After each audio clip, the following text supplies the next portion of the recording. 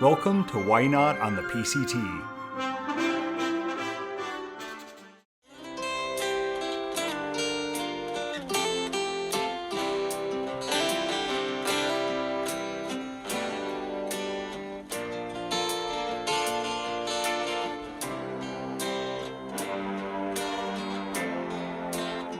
Good morning. It is Sunday, September 4th, Sunday of Labor Day weekend. I walked out of Big Lake Youth Camp.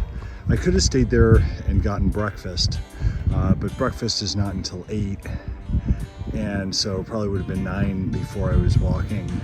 And today's lava field day.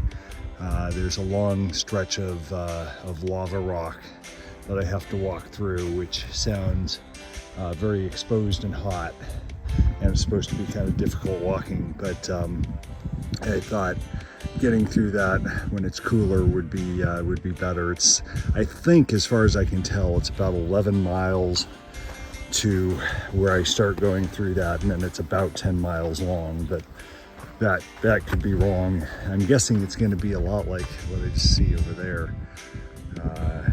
Walking through stuff like that. A little break there to tell a Novo, answer a couple of questions about Big Lake Youth Camp.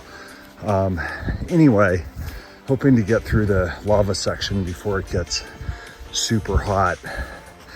So with the fire, with the fire here, some places like back there you can see some bits of smoke. But my plan is to walk 42 miles between today and tomorrow to Elk Lake Resort and get off there, because that's really the farthest you can walk. But that's still a ways before where the fire closure is, but there's really no way to get out unless you just walk to where it's closed and walk back, and that would also probably have a ton of smoke with it.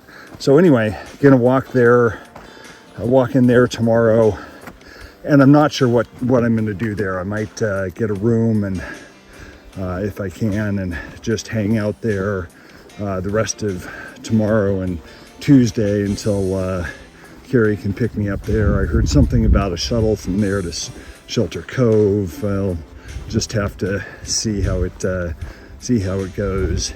And I'm also now feeling, I'm really ambivalent about what I want to do. Ambivalent enough that I'm driving myself a little bit batshit. But I'm very torn on whether I want to keep walking or not. I'm actually physically, I'm doing great. My body's feeling good.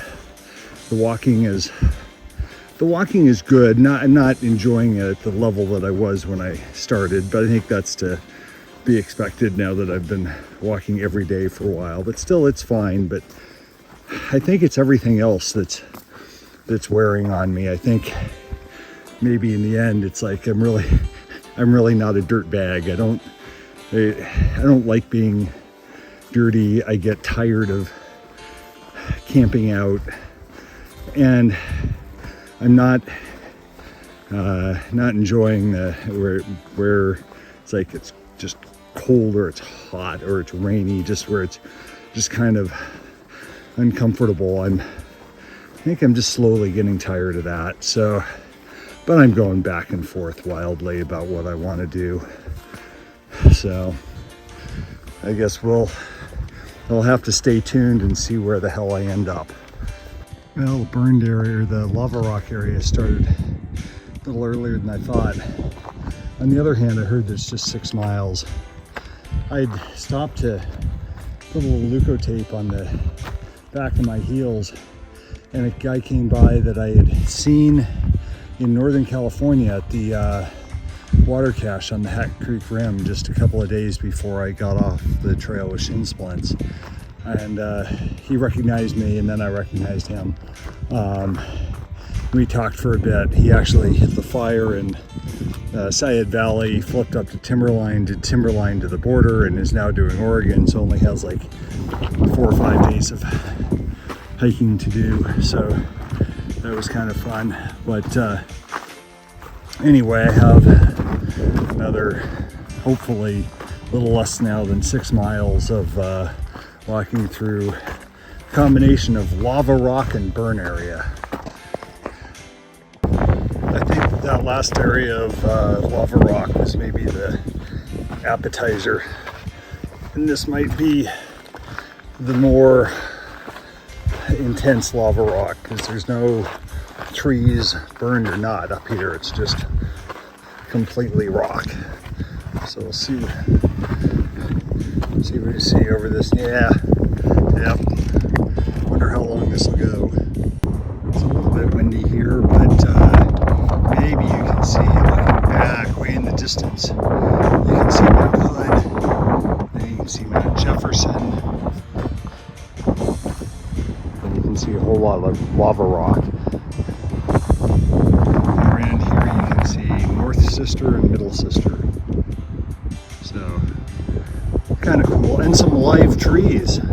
Almost feels like I forgot what live trees look like.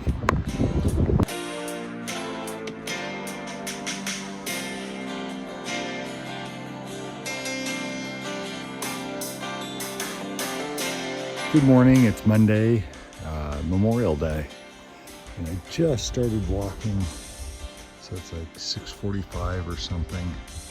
The sun's just coming up, haven't seen it yet, but chilly morning. It's like 40, low 40s, probably like 40 outside, and so I'm bundled up a little bit more right now, but it also means that it goes along with not being as hot in the afternoon, which is nice.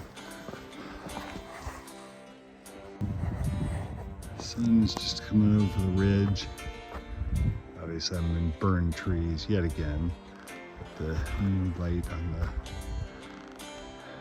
burned trees is pretty cool. And just on everything. Looks very nice.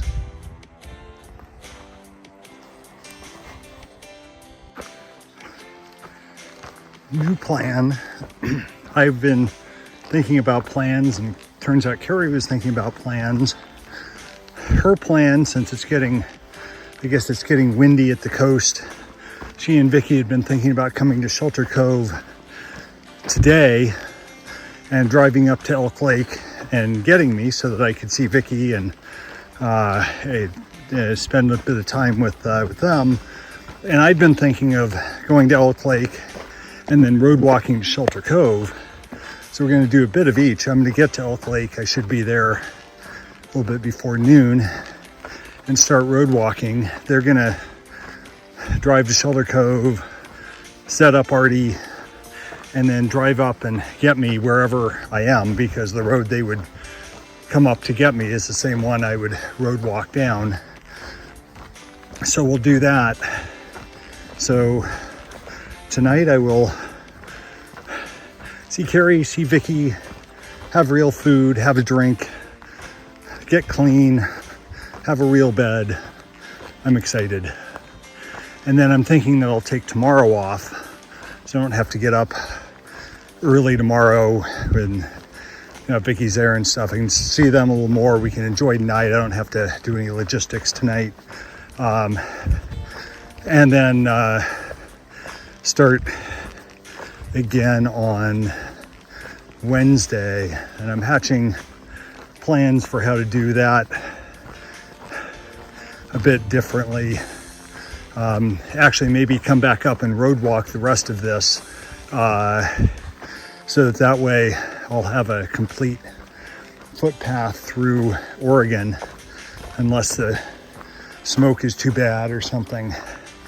And then, but since I would only be one day to Shelter Cove, I could actually slack pack, which means Carrie just drop me off in the morning, and I just have water and snacks for the day and stuff. So super light pack, walk into Shelter Cove, spend the night in Artie again, which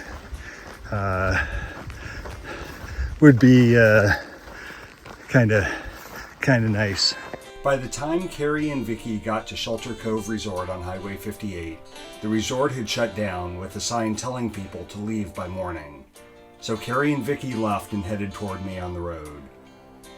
They picked me up and we backtracked my road walk north to Elk Lake where the campground was open, and we stayed smoke-free for that night. The next day, September 6th, we took Vicky to the Eugene airport and walked along the river in town discussing options. We had a package, a replacement for my leaking sleeping pad, sent to Shelter Cove, so on the drive back from Eugene we stopped there to pick it up. They were indeed closed, but we were able to get our package. 2 PCT Nobos had just arrived and were unaware of the closure, so we gave them a ride up to Elk Lake. Along the way, you could see the fire was growing. At Elk Lake that night, the smoke became more intense and the fire evacuation zones were expanding to right up against the road, so we decided we should leave the next morning in case the road south closed.